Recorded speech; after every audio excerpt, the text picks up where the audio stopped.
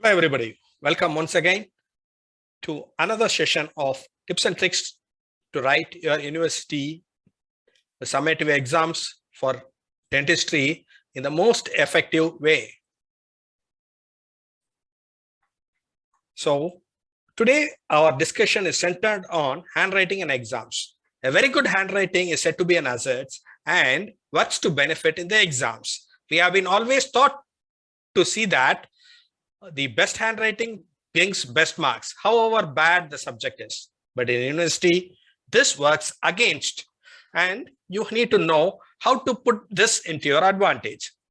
As usual, the disclaimer is answer is always the king and is never a substitute for poor or wrong answers. However, better you write. We as evaluators look around to give you marks rather than to penalize you. But at the same time, the answer should resemble vaguely as in the key that has been provided to us.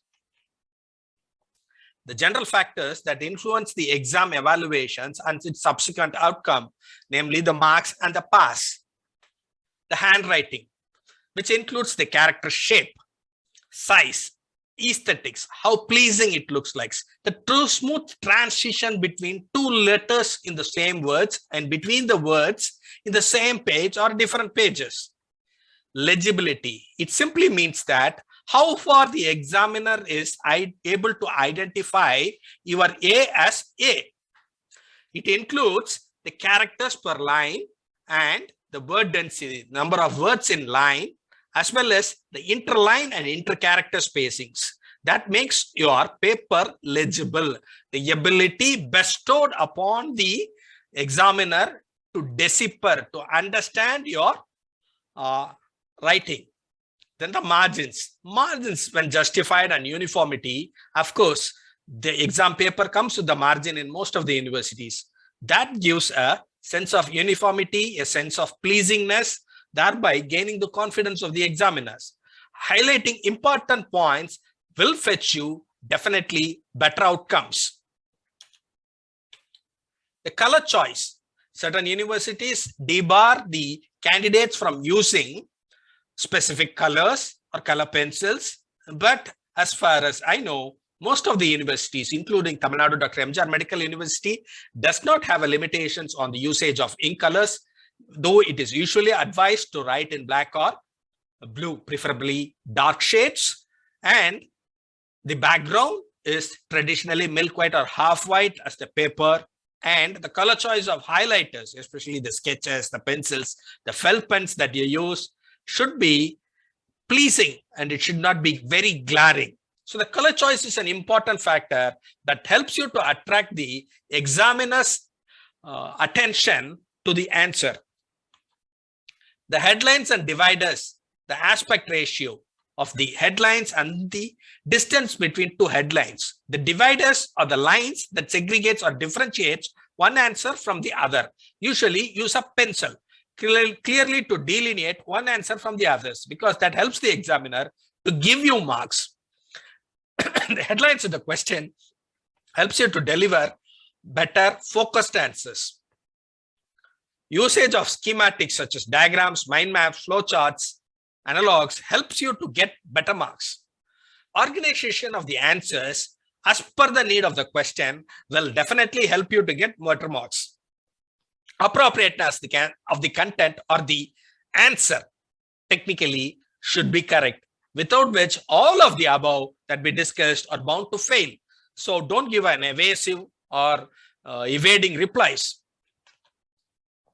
Why there is a need for exam presentations? Because with an effective presentations, one can gain the confidence of the examiner, can lead the examiners, thereby turning the entire correction into the student's favor. And this effective exam presentation is a means of communicating the knowledge that you have as a student has acquired over the year. The answer delivers the answer conveys the knowledge, whereas the presentation conveys your skill. The content via prioritization of information answer, the ability to effectively present says that you are more of a scholar than a student. And this creates an emotional impact thereby will turn the tide to get you more marks. Now compare this answer sheets. A traditional answer that we see. See the distance between the two words, the distance between the two lines, the number of words per the page. And this each one of this line, though the same sentence words are used, has been written in different types of handwriting. Some of which are very legible, while some are totally ineligible but aesthetically pleasing. That is an issue of contention that we will discuss later. Some of the words are very clear, some are ineligible, while all these distractions create a negative impact. Again, see, this is a very aesthetically pleasing writing. Very nice to see, but is it legible? That is a challenge. Not everybody can read this. Remember our typoglyphics, typoglycemia that we have discussed in one of our previous videos. And most of the students have these kind of handwriting that each word stands on its own, never resembles the previous words, and it's always challenging. A typical answer with highlighting using same color looks like this. Will fetch you arrangement. Look at the arrangement of answers. The word density is there. The keywords have been underlined. Attention is drawn to important points. Thereby, these kind of approaches, as seen here, will fetch you more marks. Whereas this candidate has written all or underlined literally all processes. This is relatively wrong, whereas this keywords have been properly underlined. So that will get you more marks. Another good way of projecting your exams. Look at the justifications. Though within the margin, neatly presented. Here there is margin, very nicely aligned, but the issue is same color, monochromatic. If the candidate has used a different color, probably the attraction will be there. And this again depends upon your university approach. If university debars using colors, then you have to follow it. Use a pencil. Again, these words are challenging. These handwritings do not often work in favor, especially when the candidate do not highlight the keywords. Compare. This will get you, this approach will get you more marks. See the flow charts, algorithm, how it works, rather than the simple non-diagrammatic words or couple of lot of words without any justification, without any highlighting. The impact is less, whereas this has more impact. Answers in points, keywords highlighted in different colors, flow charts, makes a better impact than the normal. A better approach. See the effort the candidate has put into the answering this simple question on cavity varnish, liners, and base. How he has compared the definition, advantages, disadvantages, consideration, how it should be in composite, amalgam, how things vary, the diagrams, everything. A perfect recipe for a good mark. Another perfect recipe for a good mark. Whereas this candidate refuses to write in points, writes in continuous sentences, paragraphs.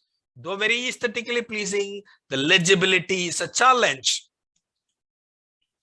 This candidate, legibility, presentations are lacking. So I hope now you can understand the impact of handwriting on the presentation.